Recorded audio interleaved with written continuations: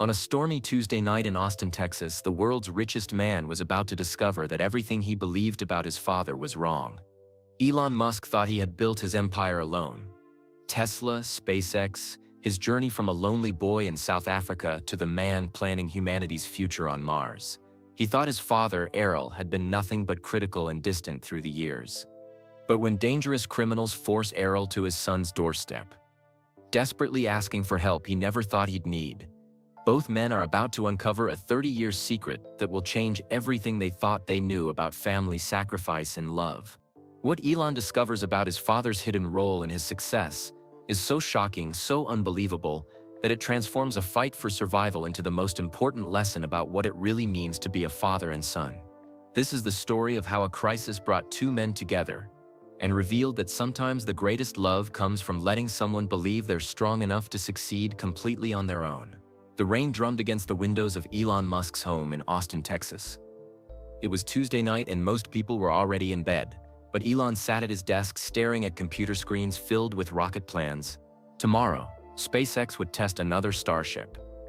The big silver rocket would try to fly higher than ever before. Elon wanted everything to be perfect. He had been working for 12 hours straight. His house was quiet. Unlike his other homes, this one was simple. No fancy gold decorations or huge swimming pools. Just a place where he could think and work in peace. The security guards at his front gate were probably drinking coffee and watching the rain. Only 2 guards tonight. Elon didn't like having too many people around when he was working on important projects. He rubbed his tired eyes and looked at the clock on his computer. 9:47 p.m. Maybe he should go to bed soon. The Starship test would happen early in the morning. That's when he heard it. Knock, knock, knock. The sound came from his front door. Elon frowned. Who would visit this late? His security team always tolled before letting anyone through the gate. His phone hadn't rung. He pushed back from his desk and walked to the living room. The knocking came again, softer this time, like someone was tired or scared to make too much noise. Elon pressed a button on the wall. A small TV screen lit up, showing him what his security camera could see outside. The image was fuzzy because of the rain, but he could make out a figure standing on his doorstep, an old man in a dark suit. The man's shoulders were hunched forward like he was cold. He carried a small leather bag in one hand. Water dripped from his gray hair. Elon's heart stopped. He knew that face. Even after 3 years, even in the rain and darkness, he knew exactly who was standing at his door. His father. Elon Musk looked smaller than Elon remembered. The last time they had seen each other was at a family gathering in South Africa. That meeting had ended with angry words and hurt feelings. They had barely spoken since then. Only short phone calls on birthdays and holidays. Now his father stood outside in the rain, looking lost and desperate. Elon stared at the screen for a long moment. Part of him wanted to pretend he hadn't heard the knocking. Their relationship had been difficult for so many years. Every conversation seemed to end in an argument. But something about the way his father stood there made Elon feel sad. Errol looked so much older. So tired. The proud, strong man who had raised him in South Africa seemed to have shrunk. Elon walked to the front door. His hand touched the lock, then stopped. What could his father possibly want? Why come here, to Texas, without calling first? The knocking came again, even softer this time. Elon took a deep breath and opened the door. The rain had soaked through his father's suit. Water ran down his face, mixing with what might have been tears. His hands were shaking, though whether from cold or nerves, Elon couldn't tell. For a moment, neither man spoke. They just looked at each other across the doorway. Father and son. So much history between them. So many words that had never been said. "Hello, son," Errol finally whispered. His voice was different than Elon remembered. Quieter. Less confident. Elon felt his throat tighten. Despite everything that had happened between them, this was still his father, the man who had taught him about engineering and science when he was a little boy. The man who had pushed him to be stronger even when that pushing had hurt. "Dad," Elon said quietly, "what are you doing here?" Errol's shoulders sagged even more. He looked down at his wet shoes, then back up at his son. When he spoke again, his voice cracked with emotion. "I need your help. Those 4 words hung in the air between them. Elon had never heard his father say anything like that before. Elon Musk had always been independent, always proud, always insisting he could handle any problem by himself. Now he stood in the rain asking for help from the son he had criticized so many times over the years. Elon stepped back and opened the door wider. "Come in," he said. Errol walked into the house slowly, like he wasn't sure he deserved to be there. He set his small bag down by the door and looked around the living room. His eyes took in the simple furniture, the family photos on the walls, the stack of rocket plans on the coffee table. "You live simply," Errol said, sounding surprised. "I don't need much," Elon replied. He grabbed a towel from the bathroom and handed it his father. "Here, you're soaked."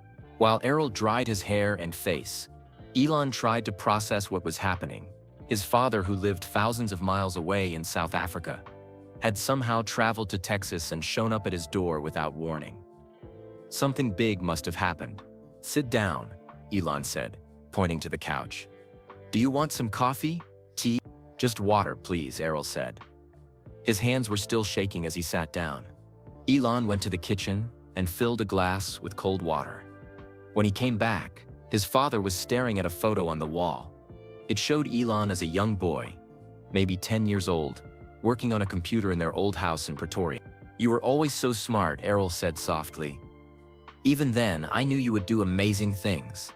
Elon handed him the water and sat down in a chair across from the couch. The room felt heavy with tension and unasked questions. "Dad," Elon said carefully, "what's going on? Why are you here?" Errol took a sip of water, then set the glass down with trembling hands. He looked at his son for a long moment, as if trying to decide how much to say. "I've made some mistakes," he began. "Big mistakes. And now?" He paused, struggling with the words. "Now, I'm in trouble. Real trouble." Elon leaned forward. Despite their complicated history, seeing his father so scared and vulnerable made him want to help. "What kind of trouble?" Errol opened his mouth to answer, then closed it again. He looked around the room as if checking to make sure they were alone. When he spoke again, his voice was barely above a whisper, the kind that could get people hurt. A chill ran down Elon's spine. This wasn't just about money or business problems. This was something dangerous. "Tell me everything," Elon said. But before Errol could answer, both men heard a sound that made them freeze. From somewhere outside in the darkness came the soft beep of a car alarm being turned off. Then the quiet slam of car doors. Errol's face went white with fear. "They followed me," he whispered. "Who followed you?" Elon demanded. But his father was already standing up, moving toward the window to peek through the curtains. His whole body was shaking now, and it definitely wasn't from the cold. "I'm sorry," Errol said, his voice full of panic. "I thought I lost them in Houston. I thought I was safe coming here. I've put you in danger too." Outside, footsteps splashed through puddles in the driveway. More than one person, moving carefully, quietly, like they didn't want to be heard. Elon's mind raced. He thought about his security guards at the gate. Had something happened to them? How had these people gotten past them? He reached for his phone to call for help, but Errol grabbed his arm. "No police," his father said urgently. "That will only make things worse. These people, they don't play games." The footsteps were getting closer to the house. Elon looked at his father's terrified face and realized that whatever had brought Elon Musk to his doorstep on this rainy night was bigger and more dangerous than he had ever imagined. And now, they were both trapped. Elon's mind worked fast. He had built rockets that flew to space. He had created cars that drove themselves. But right now, in his own living room, he felt helpless. The footsteps outside had stopped. Everything was quiet except for the rain hitting the windows. "Get away from the window," Elon whispered to his father. They both moved to the center of the room. Elon's heart was beating so hard he could hear it in his ears. He looked at his father's scared face and made a decision. "Follow me," he said quietly. Elon led his father down a hallway to a small room he used for storage. Inside were boxes of old computer parts and rocket models, but hidden behind the boxes was something most people didn't know about: a safe room.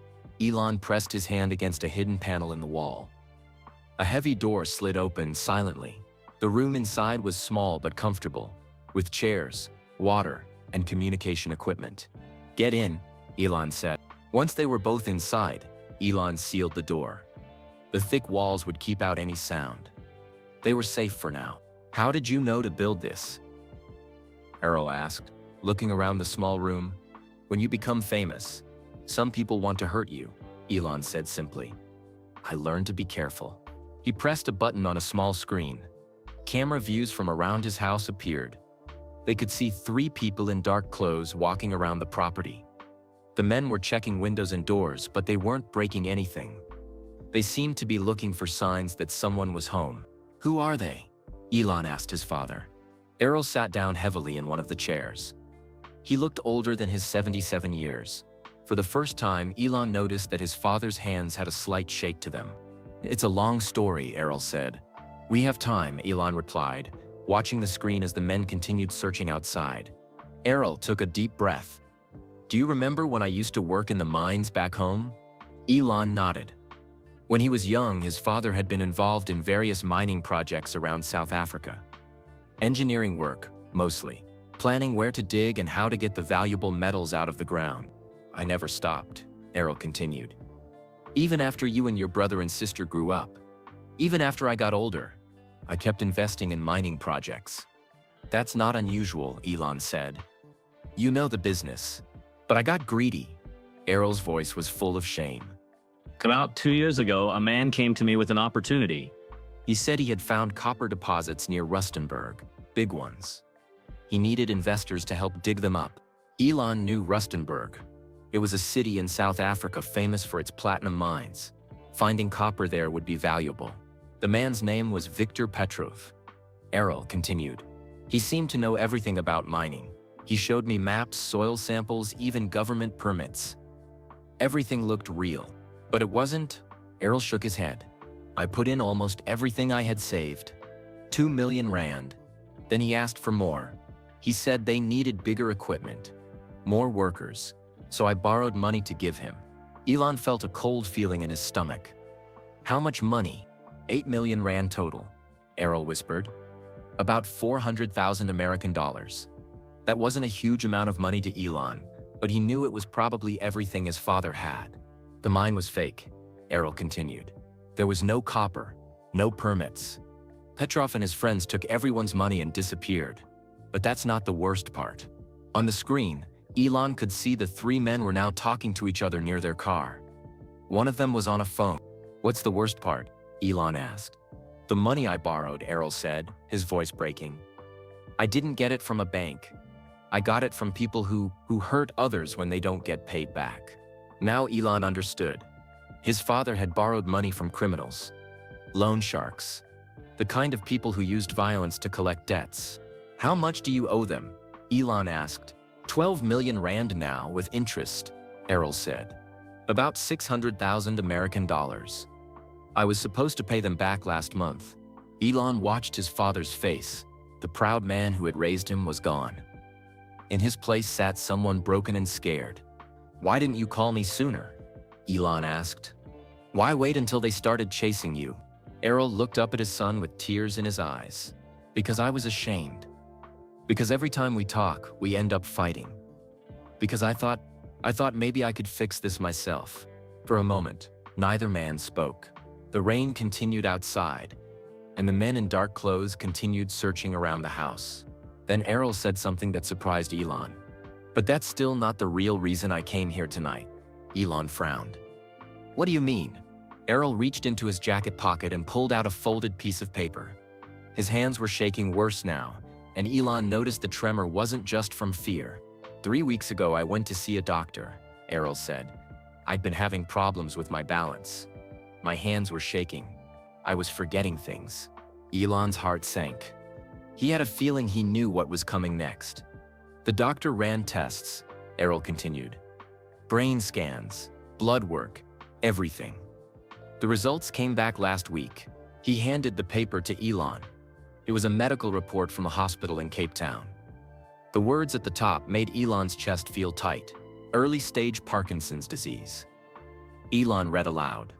"The doctor says it's not too advanced yet," Errol said. With the right treatment, I could have many good years left. But the best treatment isn't available in South Africa. It's only available in America, at special hospitals like the Mayo Clinic. Elon looked at his father with new eyes. The shaking hands, the way he had seemed smaller and more fragile. It wasn't just age or fear. His father was...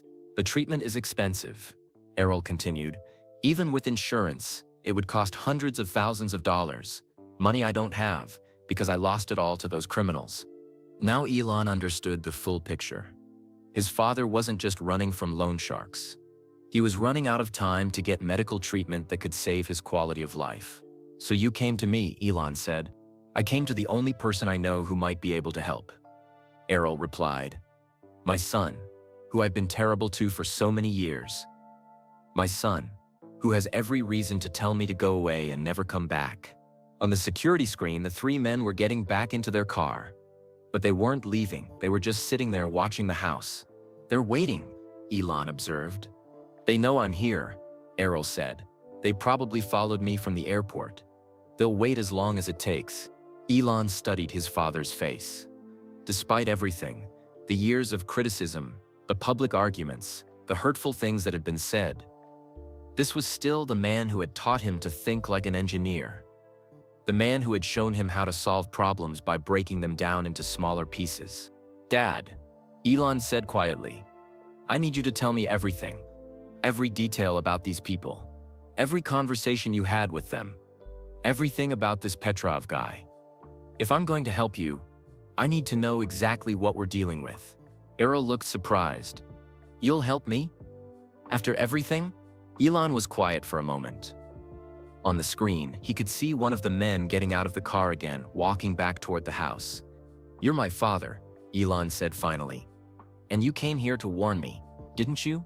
You could have just called and asked for money. But you came in person because you knew these people might come after me too. Errol nodded slowly. They asked about you. They know you're my son. They think you'll pay my debts to protect your reputation. So by coming here, you weren't just asking for help, Elon said. You were warning me that I'm in danger too. I'm sorry, Errol whispered. I never wanted to drag you into this. Elon watched the man on the screen as he walked around the house one more time. Then he made a decision that would change both their lives. We're gonna fix this, he said. But not the way they expect.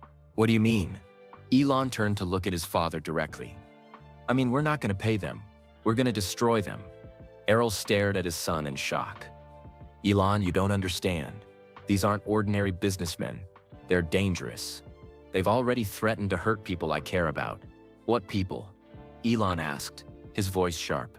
You, Errol said quietly. They mentioned your name. They said they knew about your factories in China and Germany. They said accidents could happen anywhere. A cold anger filled Elon's chest. He had dealt with many enemies over the years, competitors who wanted Tesla to fail, politicians who hated his ideas, internet trolls who attacked him daily. But no one had ever threatened his employees or his family. They made a mistake, Elon said. They should never have brought my name into this. On the security screen, the men outside were still waiting. One of them lit a cigarette and leaned against their car.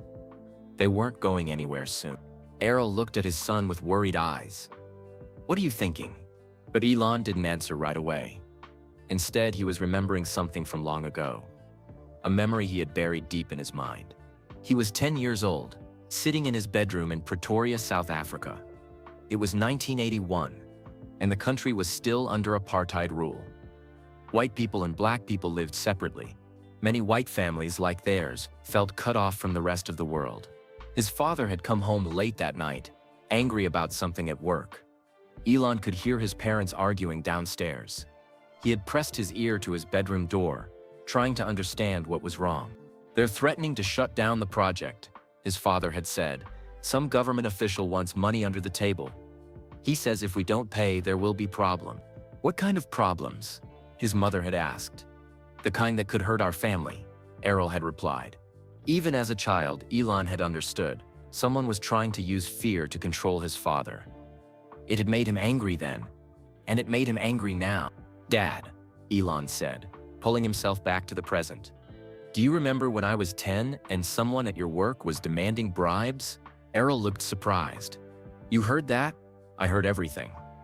I remember what you told Mom. You said you wouldn't pay because paying bullies only makes them stronger. That was different, Errol said. That was just one corrupt official. This is organized crime. No, Elon said firmly. It's the same thing. Someone using fear to take what doesn't belong to them. He stood up and began pacing around the small safe room. His mind was working the way it did when he solved engineering problems. Breaking everything down into pieces. Looking for weaknesses. Tell me about this Viktor Petrov, Elon said. Everything you remember. Errol closed his eyes, thinking back. He was maybe 50 years old. Spoke English with a slight accent. Russian, I think. He wore expensive clothes and drove a nice car. But there was something cold about his eyes. Where did you meet him? At a mining conference in Johannesburg. He approached me after I gave a presentation about copper extraction techniques. He said he'd been following my work for years. Elon nodded. He targeted you specifically. This wasn't random. What do you mean? Think about it, Dad. You're Elon Musk. Your son is famous around the world. You're the perfect target for a scam like this. They probably planned to take your money and then threatened to embarrass our family publicly if you complained. Errol's face went pale. I never thought of that. Did Petrov ever mention other investors? Yes, several. He said there were businessmen from Cape Town, Durban, even some from Zimbabwe, all putting money into the same project. Elon felt a spark of hope. That's good. That means there are other victims. Other people who want these criminals stopped. On the security screen, one of the men outside was on his phone again. He looked frustrated. They're getting impatient, Elon observed. What happens when they decide to come inside? Errol asked. Elon smiled grimly. They'll find out that this house has more security than they expected. He pressed another button on the control panel. Suddenly, bright floodlights lit up the entire property. The three men outside scrambled for cover. Temporarily blinded. Motion sensors, Elon explained. They're connected to cameras that record everything. And those cameras are connected to the internet. Everything they do out there is being saved to secure servers.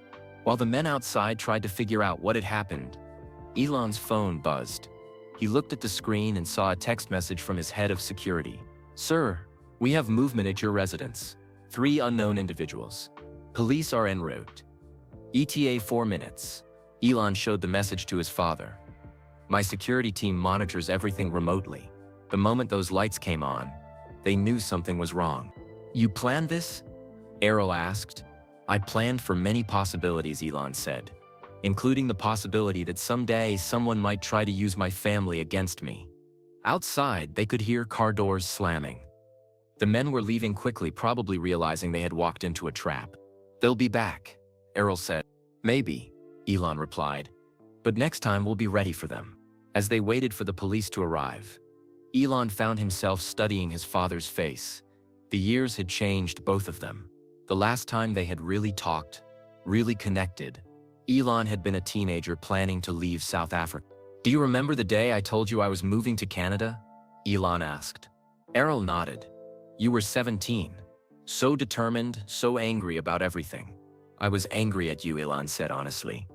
I thought you didn't believe in me. I was scared. Errol admitted. Scared that the world would hurt you. Scared that you would fail and blame me for not stopping you. They could hear sirens in the distance now. Police cars coming to investigate the disturbance. I used to lie awake at night after you left, Errol continued, wondering if I had been too hard on you, wondering if I had pushed you away forever.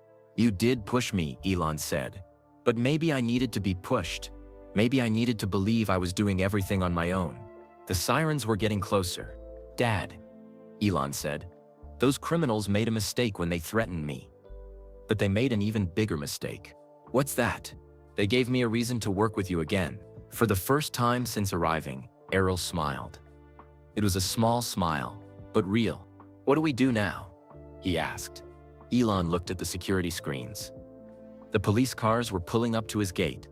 Soon, officers would search the property and take statements. But the real work would begin tomorrow. Now we fight back, Elon said. But not the way they expect. We're gonna use something they don't have. What's that? The truth, Elon replied. and the fact that I have resources they can't imagine. The police were at the front door now. Elon could hear them talking to each other outside the safe room. But first, Elon said, "We need to get you somewhere safe. And we need to start your medical treatment." "I can't afford," Errol began. "I can," Elon interrupted, "and I will. But in return, I need you to help me destroy these people before they hurt anyone else." Errol looked at his son, really looked at him, for the first time in years. He saw not the angry teenager who had left South Africa, but a man who had built an empire and learned how to fight battles on multiple fronts. "What do you need me to do?" Errol asked. "I need you to remember everything," Elon said. "Every conversation with Petrov, every detail about the other investors, every threat they made. We're going to build a case that will put them all in prison." The police were knocking on the door outside the safe room now. "Mr. Musk, are you in there? We're here to help." Elon pressed the button to open the safe room door. As it slid open, he put his hand on his father's shoulder. "Welcome to the fight, Dad," he said. The police officers who entered the safe room were professional but surprised. They had expected to find a break-in or robbery. Instead, they found the world's richest man and his elderly father hiding from international criminals. Officer Maria Santos, a detective from Austin Police Department, took their statements. She listened carefully as Elon explained about the three men, the threats, and his father's situation. "We'll need you both to come to the station tomorrow," she said. "This sounds like it involves organized crime that crosses state lines. We'll need to contact the FBI." After the police left, Elon helped his father to a guest bedroom. It was almost 2 in the morning and Errol looked exhausted. "Try to get some sleep," Elon said. "Tomorrow we start fighting back." But Elon couldn't sleep.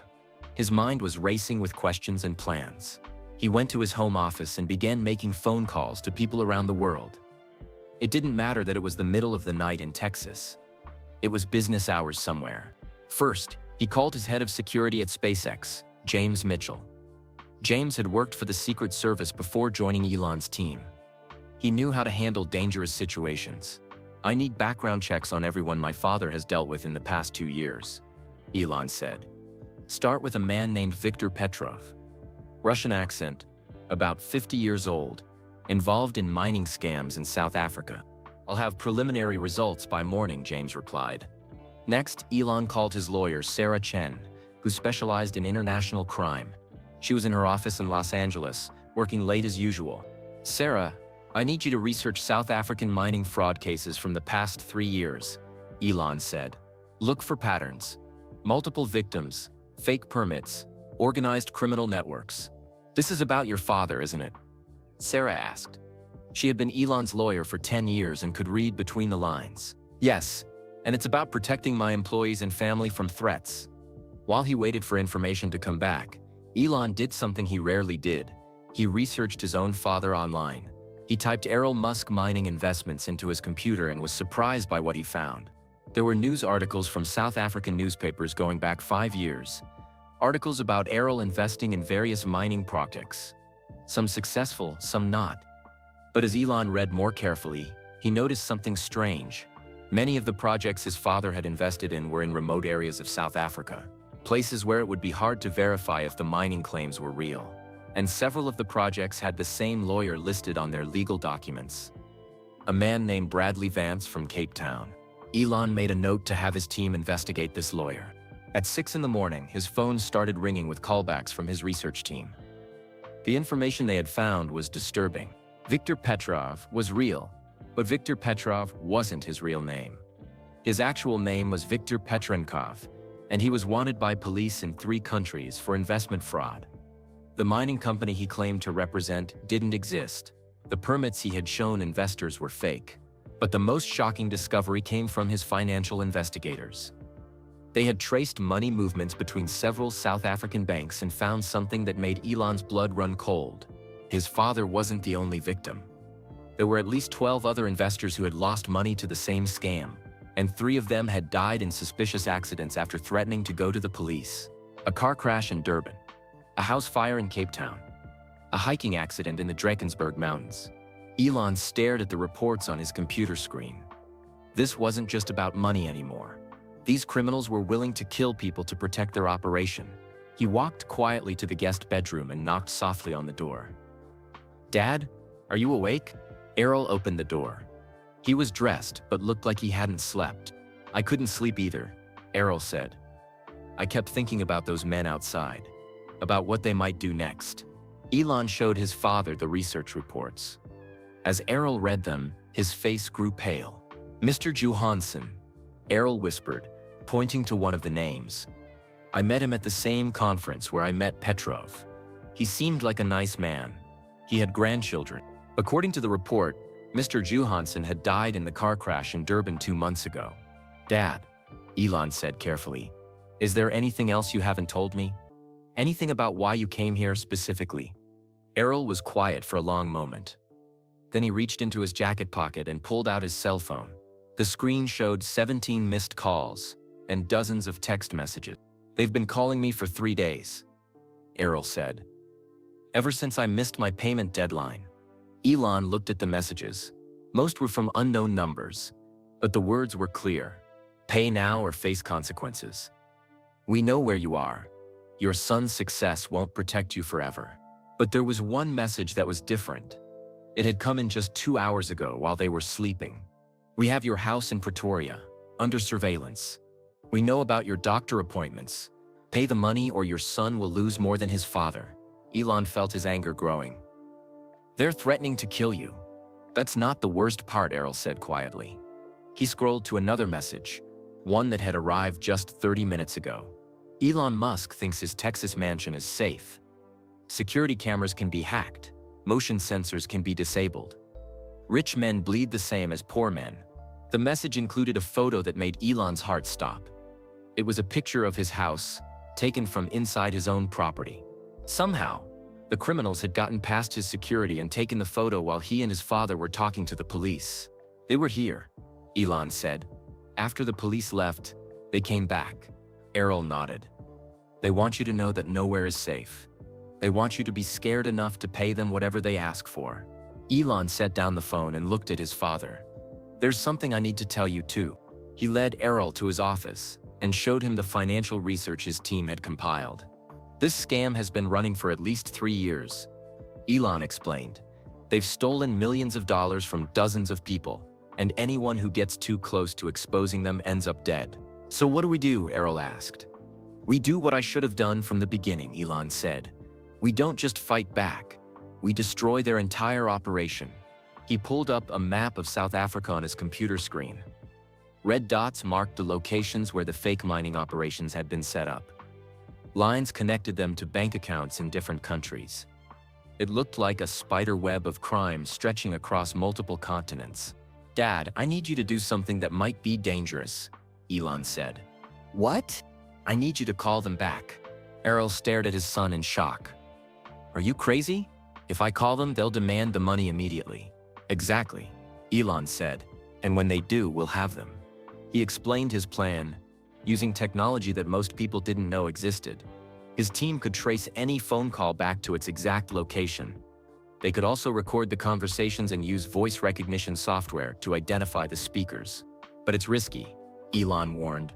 "Once you make that call, they'll know exactly where you are. They might come here immediately." Errol thought about the photos of Mr. Johansson's grandchildren in the research report. He thought about the other victims who had died trying to fight these criminals. "If we don't stop them," Errol said, "they'll just find new victims." "Are you sure you want to do this?" Elon asked. Errol picked up his phone and looked at his son. For the first time in years, Elon saw something in his father's eyes that reminded him of the strong man who had raised him. "I'm sure," Errol said. "But first, there's something else I need to tell you. Something about why I really came here." Elon frowned. "What do you mean?" "You told me about the money, about the Parkinson's disease." "Those are both true," Errol said. "But they're not the main reason I came to Texas." He sat down heavily in one of the office chairs. "The real reason I came here is because 3 days ago, Viktor Petrov called me personally. He told me that if I didn't pay the money I owed, he would hurt my family. And then he said something that made my blood freeze." "What did he say?" Errol looked directly at his son. He said, "Your son thinks he's going to Mars, but he might not make it out of Texas alive." The room went completely silent. Outside, birds were starting to sing as the sun came up. But inside Elon's office, father and son stared at each other, realizing that this fight was bigger and more dangerous than either of them had imagined. "They're not just after money," Elon said slowly. "They're after me." The weight of those words hung in the air between father and son. Elon walked to his office window and looked out at his property. The morning sun was shining, but he couldn't shake the feeling that dangerous eyes were watching from somewhere in the distance. "Why would they target you specifically?" Errol asked. Elon turned back to his father. "Think about it. I've made enemies over the years. Oil companies hate Tesla. Traditional car makers want me to fail. Some governments don't like that SpaceX is more successful than their space programs. You think one of them is behind this? Maybe, or maybe these criminals just see an opportunity. If they can threaten me, they can demand much more than $600,000. Elon sat down at his desk and began typing on his computer. Within minutes, he had sent encrypted messages to security teams at all his companies. Tesla factories in Shanghai, Berlin, and Fremont. SpaceX facilities in California, Texas, and Florida. Even his smaller companies like Neuralink and the Boring Company. "What are you doing?" Errol asked. "Protecting my people," Elon replied. "If these criminals are targeting me, they might try to hurt my employees to send a message." His phone rang. It was James Mitchell, his head of security. "Sir, we found something important," James said. "That lawyer Bradley Vance that kept appearing in your father's mining documents. He's been dead for 6 months." Elon felt a chill run down his spine.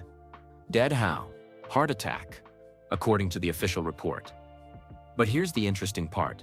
His law firm kept operating after he died. Someone has been using his name and legal credentials to create fake mining permits. Who? We're still investigating, but we found bank records. Large payments were made to his firm just days before he died. Then the money disappeared into offshore accounts.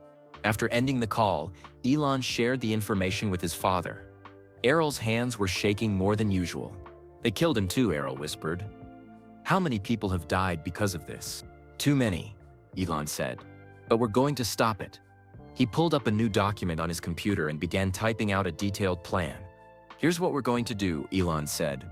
"First, we get you medical treatment. I'm flying you to the Mayo Clinic in Minnesota today. The best doctors in the world will take care of your Parkinson's disease. I can't afford. I told you I can, and I will." Elon's voice was firm. "You're my father. Taking care of your health isn't negotiable." Errol's eyes filled with tears. "After everything I've put you through, Dad, we don't have time for guilt right now. We have work to do." Elon continued explaining his plan. "While you're getting treatment, my team will be building a case against these criminals. We'll work with the FBI, Interpol, and South African police. We'll track down every victim, every fake company, every illegal transaction. What about the threats? What if they try to hurt you while I'm gone?" "Let them try," Elon said. And there was steel in his voice. "I didn't get where I am by being afraid of bullies." He showed his father detailed security plans for all his properties and businesses. Motion sensors, cameras, armed guards, even satellite surveillance. The criminals might have gotten lucky once, but they wouldn't catch him unprepared again. "But there's one more thing we need to do first," Elon said. "What's that?" "We need to make that phone call. We need them to reveal themselves so we can track them down." Errol picked up his phone and stared at it. "What exactly do I say?" "You tell them you have the money. You tell them you want to meet in person to pay them back. And you insist on meeting somewhere public, somewhere safe. Will that work?" "It has to. Right now they're hiding in the shadows. We need to draw them into the light." Elon connected his father's phone to sophisticated recording equipment. Every word of the conversation would be captured and analyzed. Location tracking software would identify where the criminals were calling from. "Are you ready?" Elon asked. Errol nodded and dialed the number that had been calling him. The phone rang 3 times before someone answered. "Elon Musk," a voice said in accented English. "We were wondering when you would call." "I have your money," Errol said, following the script he and Elon had prepared. "All of it?" "Yes. 12 million rand, plus interest." There was silence on the other end of the line. Then the voice spoke again, more suspicious now. "Where did you get so much money so quickly?" "From my son," Errol said simply. "I see. The famous Elon Musk is helping his daddy out of trouble. Elon clenched his fists as he listened. The man's tone was mocking, disrespectful. I want to meet in person, Errol continued. I want to hand over the money and be done with this. That's not how this works, old man. You transfer the money to our accounts. Then maybe we leave you alone. No, Errol said firmly. Face to face. That's the only way I'll pay. Another long silence. You're in no position to make demands, the voice said.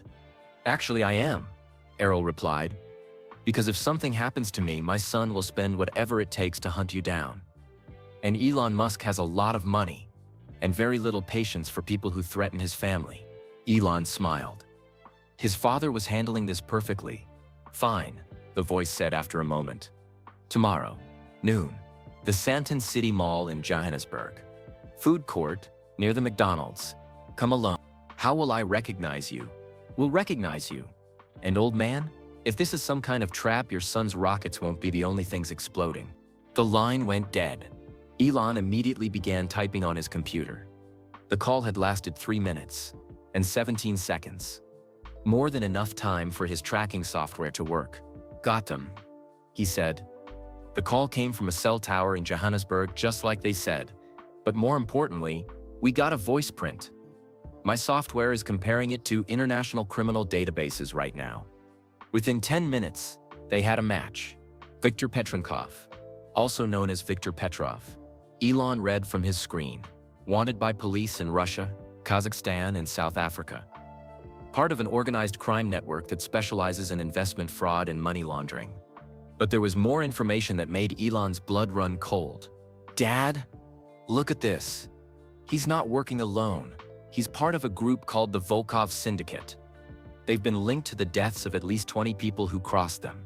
20 people, Errol whispered, including 3 journalists who were investigating their operations, and 2 police officers who got too close to exposing them. Elon studied the criminal profiles on his screen. These weren't just thieves or con artists. They were killers who used violence to protect their illegal businesses. We can't go to that meeting, Errol said. It's too dangerous. You're right, Elon agreed. You can't go to that meeting. What do you mean? Elon looked at his father with determination. I mean, you're getting on a plane to Minnesota in 2 hours. You're gonna start your medical treatment and stay safe while I handle this. And what are you going to do? I'm going to South Africa, Elon said. But not to pay them money. I'm going to end this once and for all. Errol stared at his son in shock.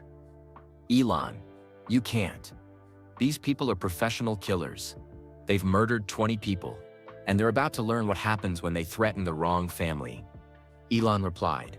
He was already making phone calls, arranging flights, coordinating with law enforcement agencies around the world. James, he said into his phone, I need the jet ready for 2 destinations. First, take my father to Rochester, Minnesota. Then prepare for a flight to Johannesburg. And James, I want our best security team ready for international travel. After he hung up, Errol grabbed his son's arm. This is my fault, he said. I should face them myself. No, Dad. This stopped being just about your debt the moment they threatened to kill me. Now it's personal. Elon looked at his father, and for a moment, Errol saw the determined little boy who used to take apart radios just to see how they worked. Besides, Elon said with a slight smile, I've always wanted to see how these criminals react when their victim fights back with rockets, satellites, and an unlimited budget for justice. 2 hours later, Elon stood on the tarmac at Austin Bergstrom International Airport, watching his private jet prepare for takeoff. His father sat in the passenger seat, looking worried but determined. Through the small airplane window, Errol pressed his hand against the glass. Elon placed his own hand on the outside, matching his father's position. For a moment, it felt like they were kids again, playing simple games that made them both smile. Take care of yourself, Elon mouthed through the glass. Come back safe, Errol mouthed back. As the jet taxied down the runway, Elon felt something he hadn't experienced in years. Despite the danger they were facing, despite the criminals who wanted to hurt them, he felt closer to his father than he had since childhood. The jet disappeared into the cloudy Texas sky, carrying Errol toward the best medical treatment in the world. Now Elon could focus on the mission ahead. His phone buzzed with a text message from James Mitchell. Second jet ready for departure. Security team assembled. Are you certain about this plan, sir? Elon typed back. More certain than I've ever been about anything. But before leaving for South Africa, Elon had one more important call to make. He dialed his ex-wife Justine, the mother of his older children. Elon? Justine's voice was concerned. It's early. Is everything okay? I need you to take the boys somewhere safe for a few days. Elon said. Maybe your sister's house in Canada. Don't tell anyone where you're going. What's happening? You're scaring me. Elon explained the situation as simply as he could. Criminal threats, international investigation, potential danger to the family. How serious is this? Justine asked. Serious enough that I'm flying to South Africa tonight to end it personally. There was silence on the phone. Justine knew Elon well enough to understand that when he spoke in that tone, nothing would change his mind. The boys will be safe, she said finally. But Elon? These people, they've killed others, haven't they? Yes. Then promise me you'll be careful. Your children need their father. I promise, Elon said. I'm not going there to be a hero. I'm going there to be smart. After hanging up, Elon made similar calls to Grimes and Siobhan Zillis, the mothers of his other children. Within an hour, all his kids were being moved to secure locations with professional security teams. At 6 p.m., Elon's second private jet lifted off from Austin, heading east across the Atlantic Ocean. The flight to Johannesburg would take 18 hours, giving him time to finalize his plans. But the criminals weren't waiting. At 8 p.m. Texas time, while Elon was flying over the Atlantic, alarms started going off at Tesla's Gigafactory in Shanghai. Someone had tried to hack into the factory's computer systems. They failed. But the attempt sent a clear message. At 10 p.m., security guards at SpaceX's facility in Hawthorne, California, found suspicious packages near the main entrance. The bomb squad determined they were fake explosives, but real enough to cause panic. At midnight, Tesla's supercharger network in Germany experienced a coordinated cyber attack. Thousands of electric car owners couldn't charge their vehicles for 3 hours. Each attack was carefully planned to cause maximum disruption without actually harming anyone. The criminals wanted Elon to know they could reach his businesses anywhere in the world. From his airplane seat over the Atlantic, Elon watched the reports come in on his secure laptop. His security teams were handling each incident professionally, but he could feel the criminals tightening their grip. His phone rang. It was Sarah Chen, his lawyer. Elon, this is escalating fast, she said. The FBI wants to talk to you immediately. They're saying this looks like international terrorism. It's not terrorism, Elon replied. It's personal. They're trying to scare me into paying them. Is it working? Elon looked out the airplane window at the dark ocean below. It's making me angry. And when I'm angry, I think more clearly. What's your plan when you land in Johannesburg? I'm going to that meeting tomorrow at noon. But not the way they expect. Elon, you can't seriously be thinking of walking into an obvious trap. I'm not walking into anything, Elon said. I'm flying into it. With backup, with technology they've never seen, and with a plan that will put them all in prison. While Elon flew toward South Africa, his global team was working around the clock. Financial investigators were tracing money through banks in 12 countries. Technology experts were analyzing the cyber attacks for digital fingerprints. Law enforcement agencies were sharing information across international borders. But the most important work was happening in a small office in Cape Town, where a team of former South African police detectives was investigating the original mining scam.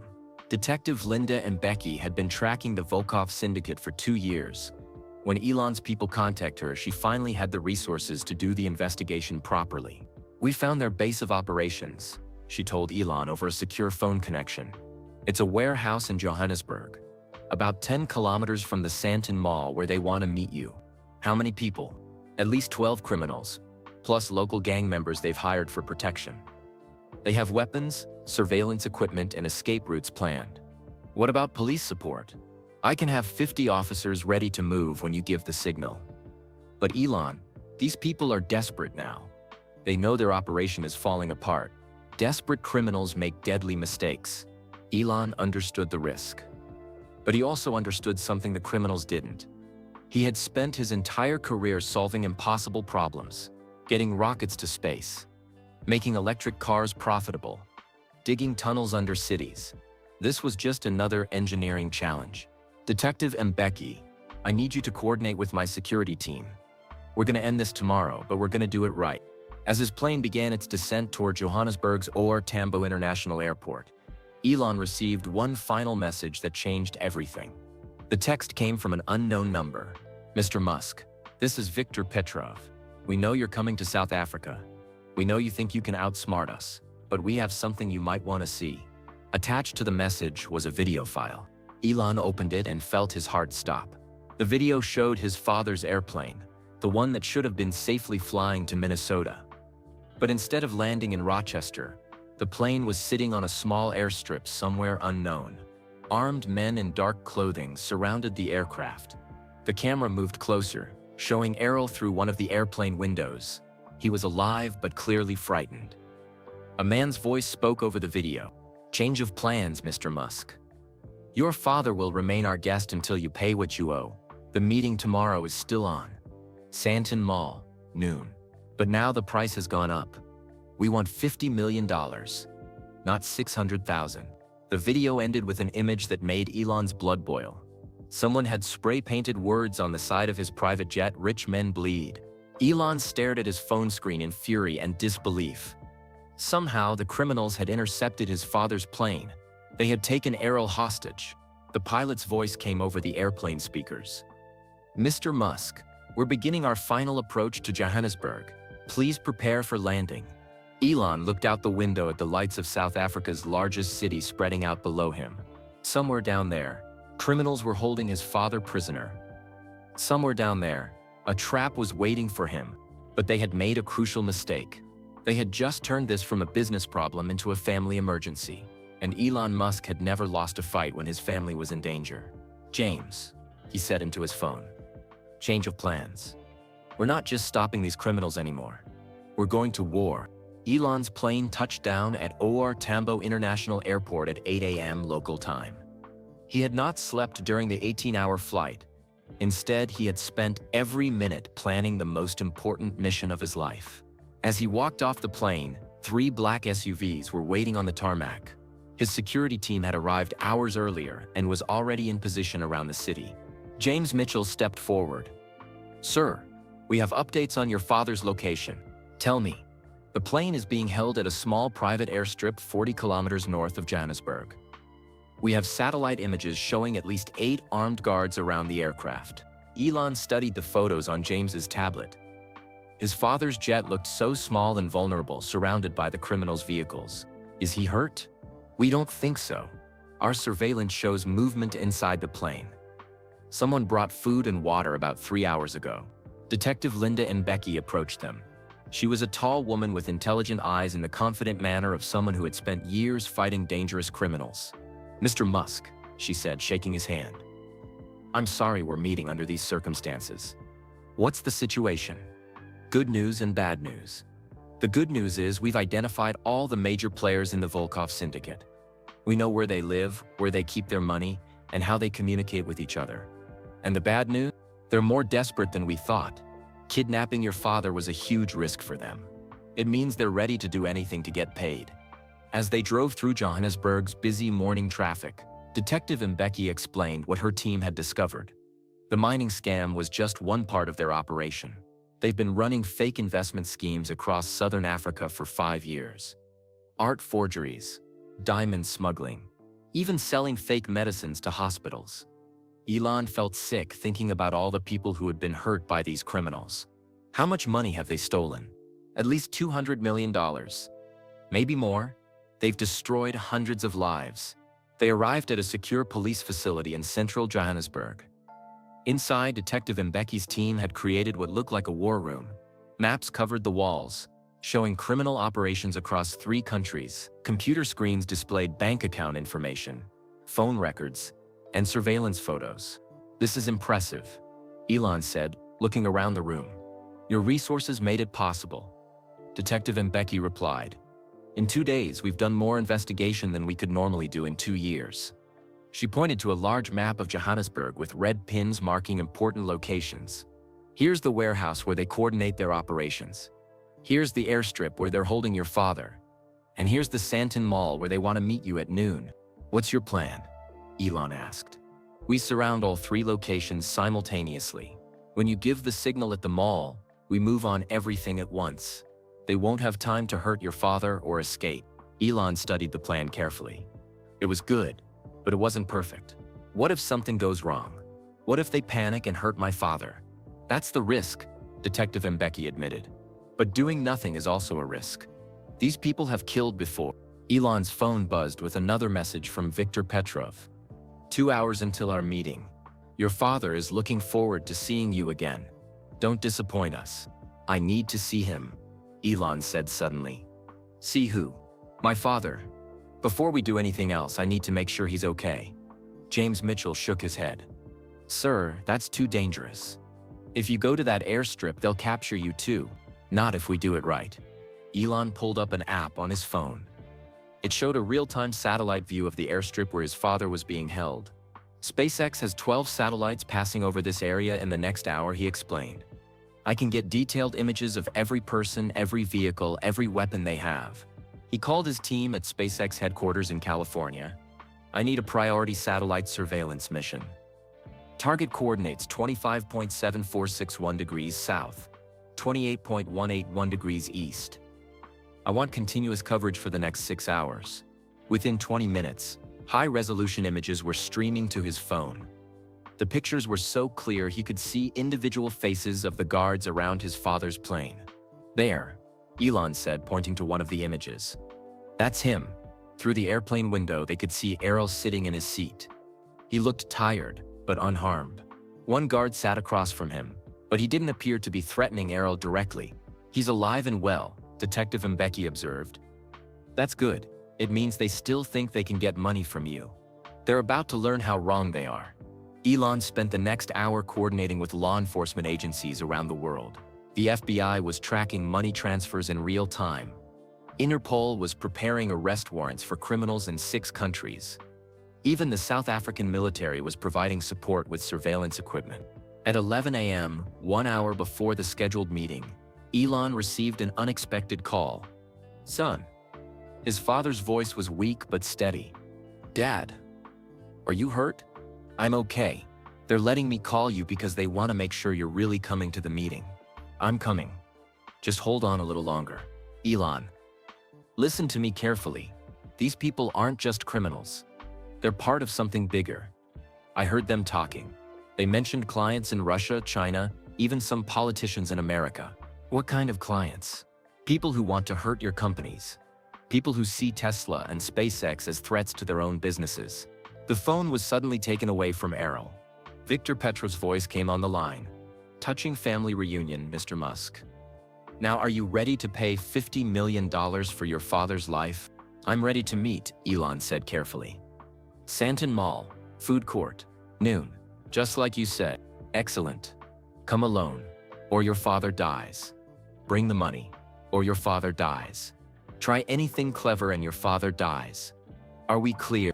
Crystal clear. The line went dead. Detective Mbeki looked at Elon with concern. Did you hear what your father said about clients in other countries? Elon nodded. This isn't just about money anymore. Someone is paying these criminals to target me specifically. That changes everything. If there are powerful people behind this, they won't stop even if we arrest Victor and his gang. Then we'll have to make sure we get everyone. Elon said grimly. At 11:30 a.m., Elon left the police station in one of the black SUVs. Detective Mbeki and her team were already in position around the mall. James Mitchell and the security team were monitoring everything from a mobile command center. As they drove through Johannesburg's busy streets, Elon thought about his father. Despite all their years of difficult relationship, despite all the arguments and hurt feelings, Errol had risked his life to warn Elon about the danger. Maybe that's what family really meant. Not perfection, but showing up when it mattered most. The Santon City Mall appeared ahead of them, its glass towers reaching toward the African sky. Somewhere inside, criminals were waiting to spring their trap, but they didn't know that Elon Musk had spent his entire career turning other people's traps into his own victories. Sir, James's voice came through his earpiece. All teams are in position. We have eyes on the food court. 3 suspects visible, possibly more in civilian clothes. Copy that, Elon replied. Beginning approach now. He got out of the SUV and walked toward the mall entrance. In his hand was a briefcase that appeared to contain $50 million in bearer bonds. In reality, it contained something much more dangerous to the criminals. The truth, and the technology to broadcast that truth to the world. Dad, he whispered, knowing his father couldn't hear him. I'm coming. Elon walked through the entrance of Sandton City Mall, his footsteps echoing on the marble floor. The briefcase in his hand felt heavier with each step, not because of its contents, but because of what this moment meant. The mall was busy with normal shoppers, families buying clothes, teenagers eating ice cream, elderly couples walking slowly together.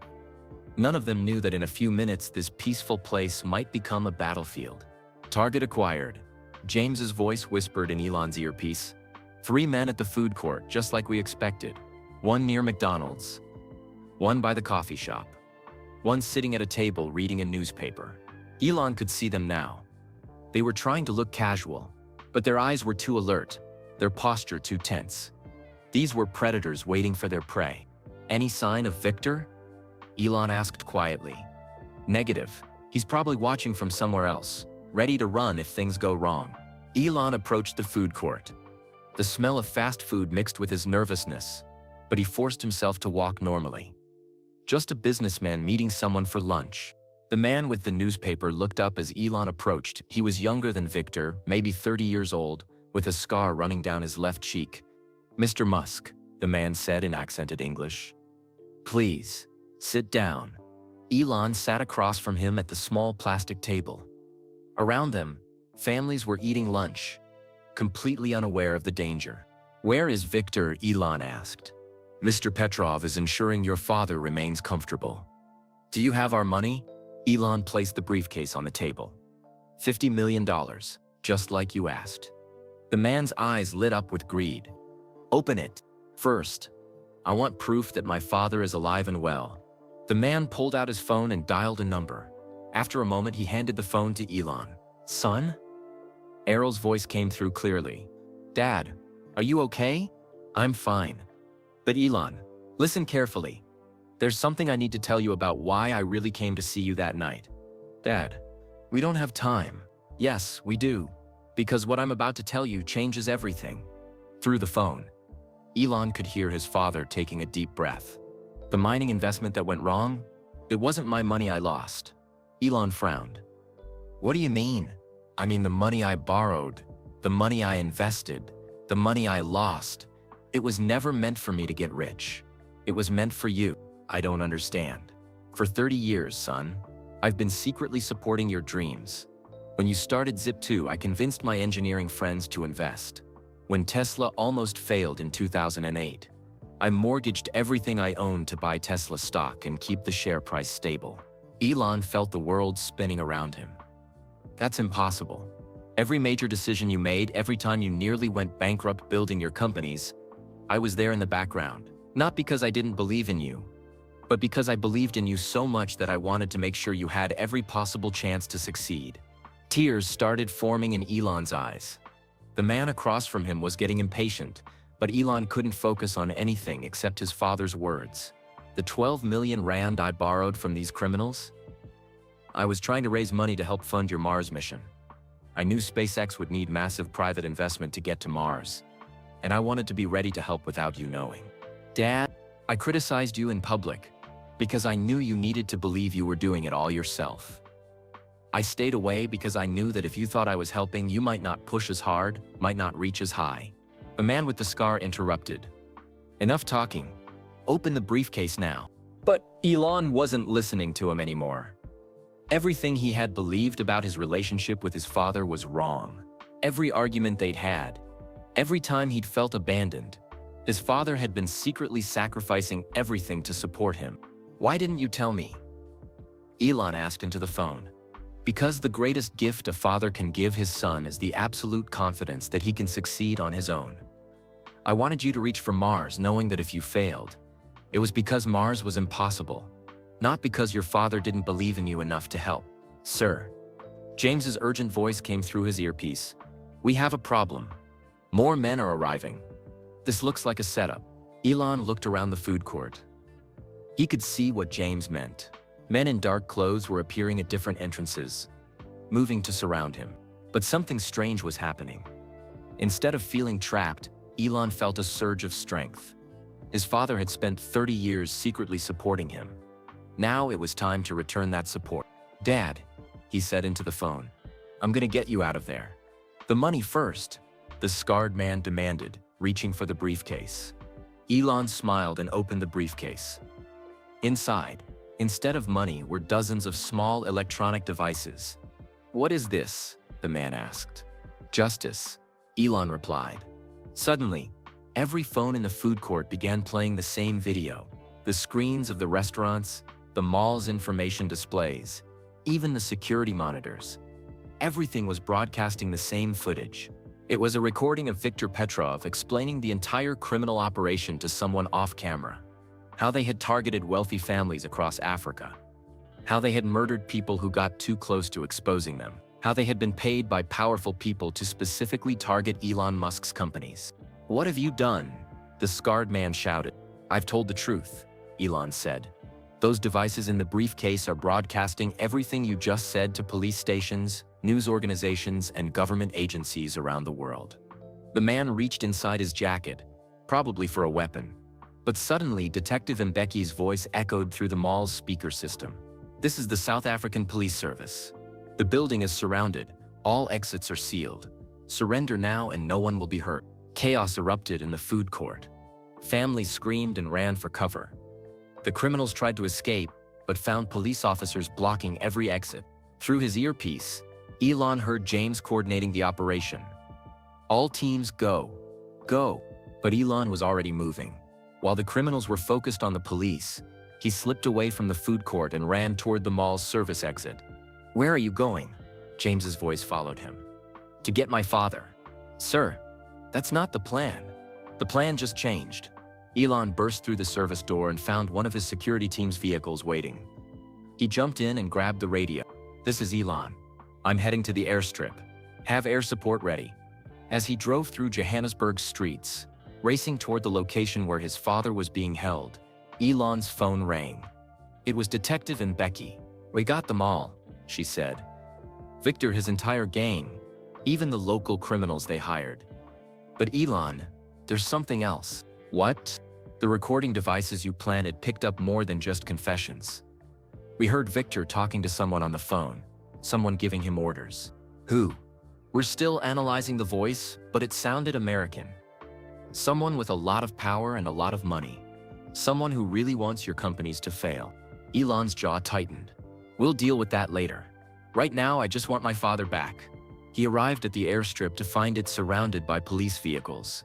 The criminals who had been guarding his father's plane had already surrendered when they realized their bosses had been captured. Elon ran toward the plane and up the stairs. Inside, he found his father sitting calmly in his seat, looking tired but smiling. "Hello, son," Errol said. "Dad." They hugged for the first time in years. Really hugged, not the awkward, brief embraces they had shared at family gatherings. "I heard what you told me on the phone," Elon said. "About the money. About supporting me all these years. I hope you're not angry." "Angry?" Elon laughed, and there were tears in his eyes.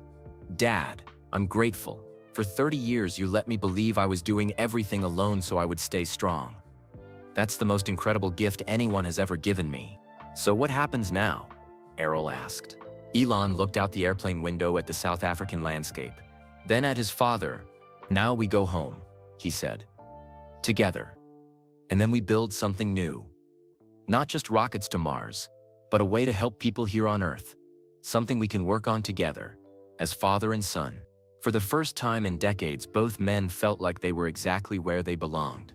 6 months later, Elon stood in a field outside Soweto, South Africa, watching his father explain engineering concepts to a group of local children. The sun was warm on his face, and the sound of laughter filled the air. They were here for the opening ceremony of their first joint project, a water purification plant that would provide clean drinking water to 50,000 people. It was simple technology, but it would save lives. "And this pipe carries the dirty water in," Errol was saying to the children. his hands steady now thanks to the excellent medical treatment he had received at the Mayo Clinic. What do you think happens inside this big tank? A young girl raised her hand. The machine cleans it? Exactly.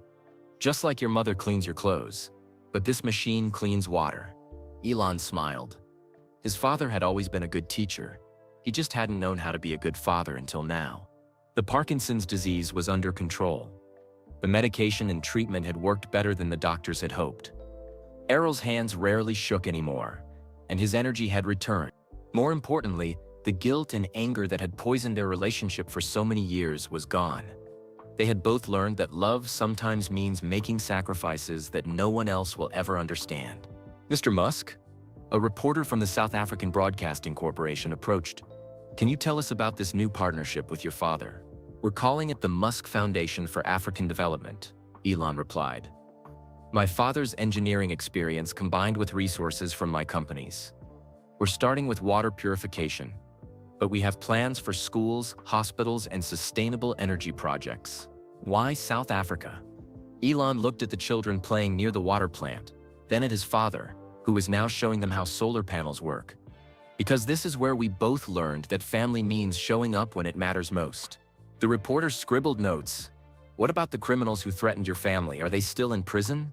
Viktor Petrov and his gang are serving life sentences, Elon said. But more importantly, we recovered most of the money they stole from their victims. That money is helping fund projects like this one. What Elon didn't mention was the ongoing investigation into the mysterious American client who had been paying the criminals to target his companies. The FBI was still working on that case, following money trails through offshore banks and encrypted communications. But that was a problem for another day. Today was about building something positive. After the ceremony, Elon and Errol drove to a small restaurant in Johannesburg for dinner. It was the same restaurant where Errol had attended that mining conference 3 years ago. The conference where he first met Viktor Petrov. Do you ever regret it? Elon asked as they sat at a quiet table. All those years of helping me in secret? All the money you spent? Errol cut his steak thoughtfully. Do you regret building rockets even when everyone said it was impossible? No. Then you understand. Supporting your dreams was never a sacrifice. It was an investment in the future I wanted to see. Through the restaurant window, they could see the lights of Johannesburg spreading out like stars. This was the city where Elon's grandfather had first arrived from England over a century ago, looking for opportunities in a new land. I have something for you, Errol said, reaching into his jacket pocket. He pulled out an old leather journal, worn and filled with handwritten pages. What is it? Open it. Elon opened the journal and began reading. The first entry was dated 30 years ago, shortly after he had left South Africa for Canada. April 15, 1989, Elon called today. He's struggling to find investors for his computer company. Called my friend Heinrich at Standard Bank. Suggested he look at the business plan. Didn't mention Elon's my son. Elon flipped through more pages, his eyes widening with each entry. June 3, 2008, Tesla stock down to $4 per share. Elon thinks the company might fail. Mortgaged the Pretoria house today, bought 50,000 shares. If Tesla succeeds, I'll sell quietly. If it fails, at least I tried to help. December 22, 2015, SpaceX landed their first rocket today. Called Elon to congratulate him. He sounded tired but happy. Didn't tell him that I've been buying SpaceX bonds through shell companies to help with funding. Page after page documented 3 decades of secret support. Financial help, introductions to potential investors, quiet assistance during Tesla's darkest days. Dad, Elon whispered, his voice thick with emotion. You kept track of everything. I wanted you to know someday, when you were older, when you had children of your own, when you could understand why I did it. The mining investment that went bad was supposed to be my final contribution. I thought if I could make enough money from that copper mine, I could help fund the Mars mission without you ever knowing. But I got greedy, and I trusted the wrong people. Elon closed the journal carefully. You know what the strangest part is? What? I spent so many years angry at you for not supporting me. And all that time you were supporting me more than I ever realized. Are you angry now? Elon looked at his father across the table. The man who had criticized him publicly while helping him privately. the man who had let him believe he was succeeding alone so he would stay strong. "I'm grateful," Elon said, "and I'm proud to be your son." They finished dinner as the sun set over Johannesburg. Tomorrow, they would fly back to Texas together. Errol had a small house near Austin now, close enough to visit but far enough to maintain his independence. Next week, they had meetings scheduled with engineers from 3 different African countries. The Musk Foundation was expanding faster than they had expected. Clean water was just the beginning. As they walked to their car, Elon's phone buzzed with a message from his son XEAXO. "Dad, when are you and Grandpa coming home? I want to show Grandpa my rocket design." "Your grandson is designing rockets now?" Errol asked, reading over Elon's shoulder. "Apparently. He's only 4, but the designs are actually pretty good." The engineering gene runs strong in this family. They drove to the hotel where they were staying, passing the warehouse that had once been Viktor Petrov's headquarters. It was empty now, with a "For Rent" sign in the window. "Do you think we'll ever find out who was really behind the threats?" Errol asked. "Probably, but it doesn't matter now. Whoever it was, they failed. Tesla is stronger than ever. SpaceX is launching rockets every week, and most importantly, we're working together." At the hotel, they said goodnight in the hallway between their rooms. "Elon," Errol said as his son was opening his door. "Thank you." "For what?" "For forgiving me, for understanding why I did things the way I did, for giving an old man a chance to be a better father." "Thank you," Elon replied, "for 30 years of believing in me, even when I didn't believe in myself." The next morning, they flew back to Texas on the same plane that had been hijacked 6 months earlier. It had been repaired and upgraded with better security systems.